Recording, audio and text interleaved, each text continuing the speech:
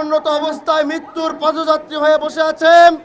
ঠিক তখন কুয়েটের এই দালাল নীলনজ্জ ভিসি এখনো বলছে আমরা আলোচনার মাধ্যমে সমাধান করতে চাই। আমরা কি আলোচনা চাই? আলোচনার সব পথ বন্ধ হয়ে গেছে।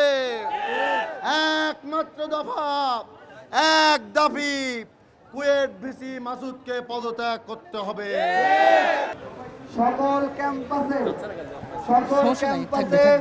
কুয়েট শিক্ষার্থীদের সাথে সংহতি জানিয়ে প্রতীকী অনশন ও অবস্থান কর্মসূচি পালন করুন। আমাদের তৃতীয় কর্মসূচি হচ্ছে আগামীকাল সকল বিশ্ববিদ্যালয়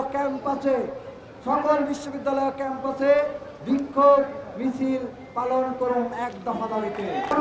লড়াই চাই, লড়াইয়ে জিতবে কারা?